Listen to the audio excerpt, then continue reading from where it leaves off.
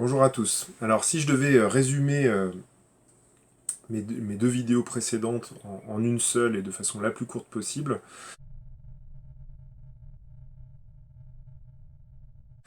voici les points à retenir. Premièrement, en Charente, comme en Poitou-Charentes, nous avons la chance d'être peu impactés par l'épidémie de Covid-19. En ce sens qu'en termes statistiques, il y a beaucoup moins de cas que dans le Grand Est, il y a moins de cas qu'en Île-de-France, et donc les services de soins ne sont pas débordés. En revanche, évidemment, il y a des cas malheureux de décès au Covid-19. La presse l'a relaté en Charente, et c'est évidemment d'une tristesse sans nom. Néanmoins, pour rassurer tout le monde, il est évident que on ne peut pas raconter n'importe quoi, et aujourd'hui, grâce au confinement, grâce aux mesures barrières, nous sommes en mesure de dire que, pour l'instant en tout cas, nous n'avons pas de tsunami de Covid-19 en Charente. Les enfants sont préservés, sauf maladie très très particulière, chronique, grave, les enfants sont préservés. Il s'agit de se protéger et de protéger les autres par des mesures barrières comme le masque, à condition de ne pas l'utiliser n'importe comment, de ne pas se toucher le visage en permanence. Ensuite, en rentrant chez soi, de bien se laver les mains à l'eau et au savon. Et puis, si vous avez un syndrome grippal, il ne s'agit pas d'utiliser des anti-inflammatoires. L'aspirine est un anti-inflammatoire, donc à ne pas utiliser. Les anti-inflammatoires sont réservés à des maladies chroniques bien particulières, dont vous pouvez discuter avec votre médecin traitant, mais en automédication en cas de fièvre ou de douleur, c'est du paracétamol. Ensuite, pas de chloroquine. La chloroquine, à l'heure actuelle, est réservée là aussi pour des maladies très particulières, parce que la chloroquine peut avoir des inconvénients notables. En particulier, elle peut provoquer des arrêts cardiaques, et le bénéfice n'est actuellement pas prouvé, quoi qu'en dise le professeur Raoult, sur le Covid-19.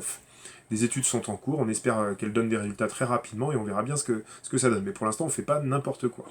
Ensuite, les gens ne se sont pas arrêtés d'avoir des maladies, des femmes sont enceintes, vous avez des enfants en bas âge, il faut continuer à les faire suivre. Il ne s'agit pas juste d'aller se faire renouveler les médicaments à la pharmacie. Nous, on renouvelle jamais des médicaments, on réévalue la situation des gens.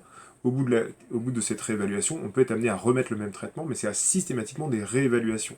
Donc si vous êtes en souffrance psychologique, que vous êtes enceinte, que vous prenez un traitement au long cours, y compris pour de l'asthme ou de l'allergie, il s'agit de vous mettre en contact avec votre médecin, au moins par téléphone, pour savoir quelle est la marche à suivre. Donc ça, c'est très important. Ayez le réflexe médecin généraliste. Repérez dans votre entourage et le voisinage des personnes isolées ou en détresse psychologique connue, et là encore, s'il vous plaît, demandez-leur de se mettre ou de se remettre en lien avec leurs soignants, leurs médecins traitants, qu'ils en parlent à leurs infirmières libérales, parce que le confinement aggrave les souffrances psychologiques, et donc on a peur des pots cassés par la suite, donc on veut absolument que ces gens se raccrochent au wagon de la médecine. Et puis ensuite, faire de l'activité physique, ça c'est primordial, en particulier pour les personnes âgées, pour tout le monde, mais en particulier pour les personnes âgées. C'est gage de bonne santé mentale et physique, pour garder de l'autonomie, pour éviter les chutes, pour éviter la grabbatisation chez les personnes âgées, pour améliorer sa fonction cardiaque et respiratoire, ce qui fait qu'on est plus fort face à un virus également. Limiter les écrans de manière générale, en particulier le soir, pour conserver le meilleur sommeil possible, parce qu'un mauvais sommeil, c'est aussi une mauvaise immunité, des mauvaises défenses naturelles, et c'est aussi aggraver ces troubles de l'humeur, de l'agressivité, de l'agitation, et des troubles du comportement chez les enfants. Merci pour votre écoute. J'ai essayé de faire une vidéo extrêmement résumée pour faire la synthèse des deux vidéos précédentes. Encore une fois, merci de votre écoute et portez-vous bien.